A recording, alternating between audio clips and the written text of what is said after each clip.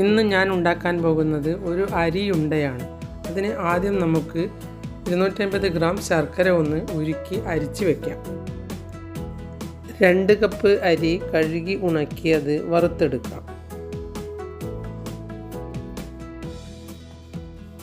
അരി നല്ലതുപോലെ പൊട്ടിത്തുടങ്ങുമ്പോൾ stove off ചെയ്യാം.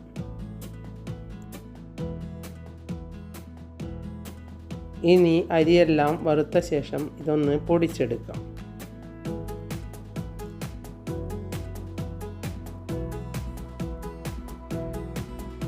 ഒരു തേങ്ങ ചിരവിയത് ഒന്ന് പൊടിച്ച ശേഷം ചൂടാക്കിയെടുക്കാം.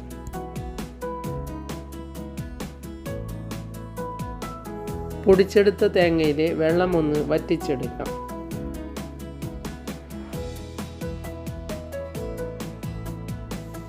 ഇങ്ങനെ തേങ്ങ ചൂടാക്കി എടുക്കുന്നത് കൊണ്ട് തേങ്ങ ചീത്തയാവില്ല. അല്ലെങ്കിൽ കുറച്ചുനാൾ കഴിയുമ്പോൾ തേങ്ങയുടെ കാറൽ ചുവ ഉണ്ടാകും. ഇനി പൊടിച്ചെടുത്ത അരിയിലേക്ക് 1/2 ടീസ്പൂൺ ഏലക്കായ പൊടിച്ചത് ഇട്ട് കൊടുക്കാം. അതുപോലെ ചൂടാക്കിയ തേങ്ങയും ഇട്ട് കൊടുക്കാം. കുറച്ച് തേങ്ങ ഉരുട്ടിയെടുക്കാൻ മാറ്റി വയ്ക്കണം.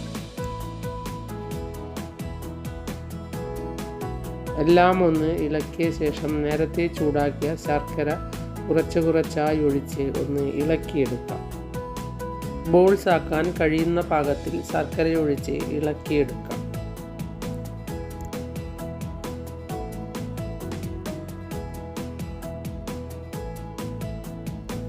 ബോൾസ് ആക്കിയ ഉരുളകൾ തേങ്ങ നേരത്തെ ചൂടാക്കിയെടുത്തതിലേക്ക് ഇട്ട് ഒന്ന് ഉരുട്ടിയെടുക്കാം.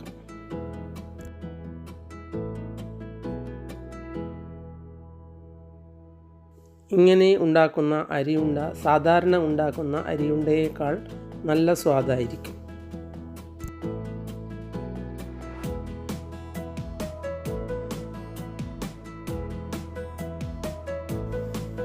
ഒന്ന് നിങ്ങളും ഇതുപോലെ അരിയുണ്ട ഉണ്ടാക്കി നോക്കൂ.